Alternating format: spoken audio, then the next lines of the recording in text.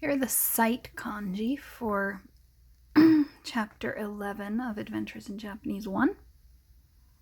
Dog looks like this. It's just the big character with one extra stroke here. And fat looks like this, one extra stroke here. It's a little dramatic on that sweep there. Inu. And futo, small tsu, te imasu. Futotte imasu.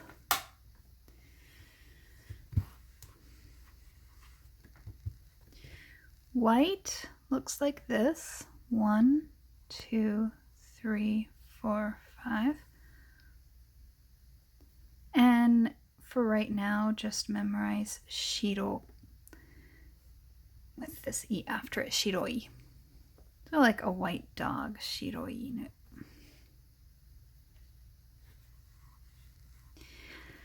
To make 100, we combine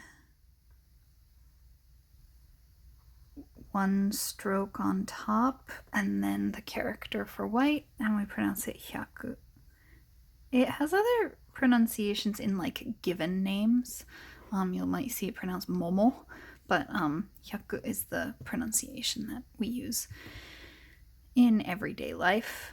And of course it will get some changes because it's an H suffix, and H suffixes like to change. So we don't have an ichi or ipyaku because we just say hyaku.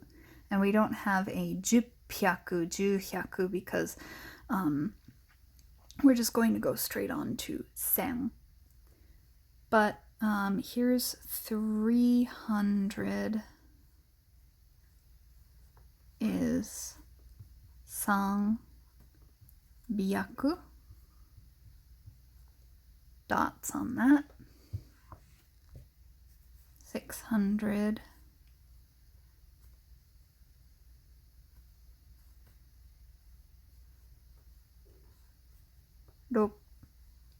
600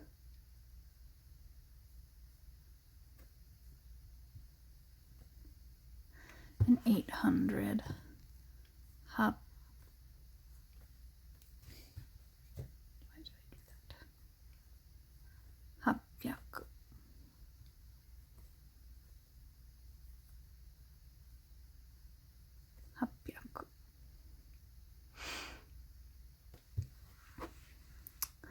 1,000 looks an awful lot like katakana chi. This is actually what we call the mother character for katakana chi.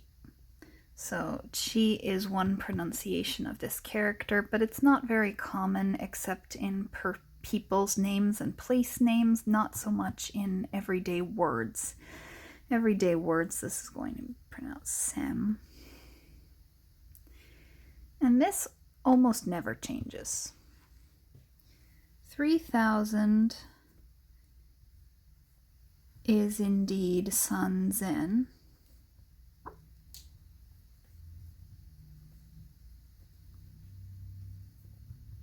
Sanzen. And 8,000 is not hachisen, but hasen. Other than that, though, no big changes.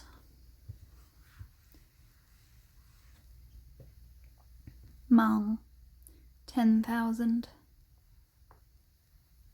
We'll have to do quite a bit of practice with Mang before it looks nice. I still feel like mine don't typically look very nice.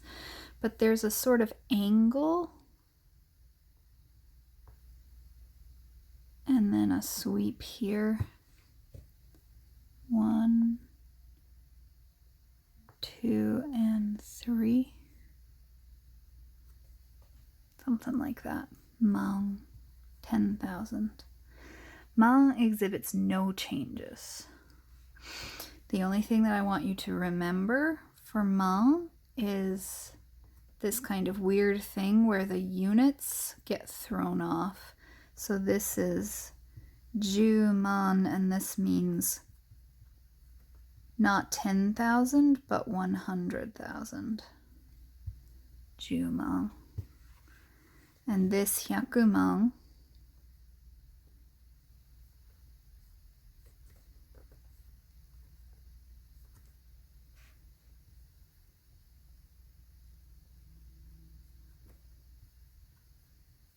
means 1,000,000. 110,000.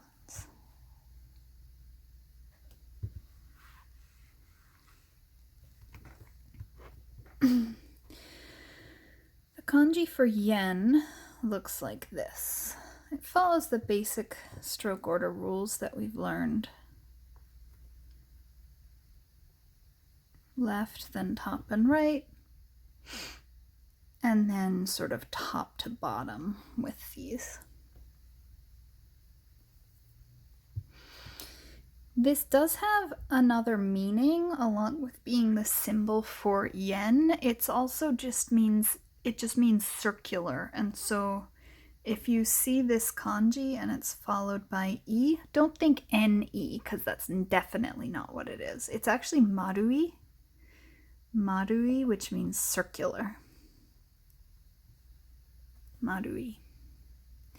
And there's two kanji that could be marui, because the word marui in Japanese means both circular and spherical, whereas Chinese characters, kanji characters that came over from China, this one means circular, and they have another kanji that means spherical.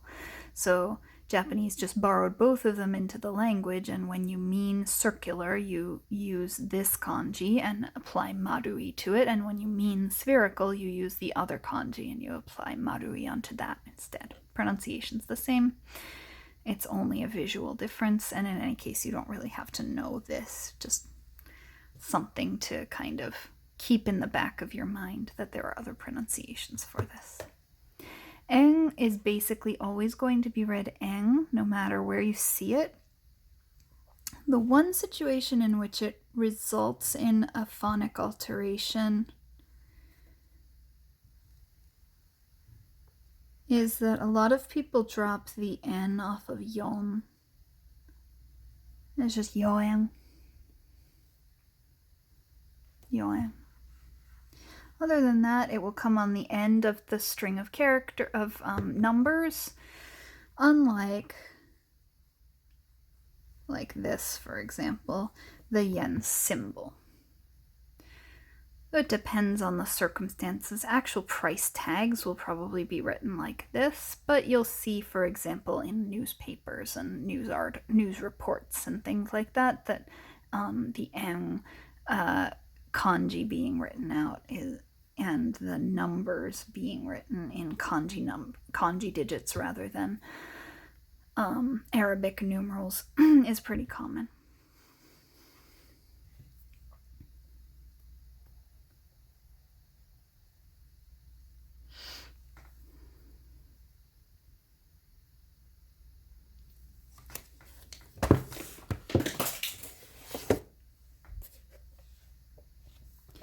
And the last one is to see, which is a combination of the eye, which we learned a while back, and then some legs. So you wind up with this beautiful character that's just a symbol of an eye on some legs. So it's the action that the eye does, which is seeing. There's a couple of other pronunciations for this, but for now, just memorize mi.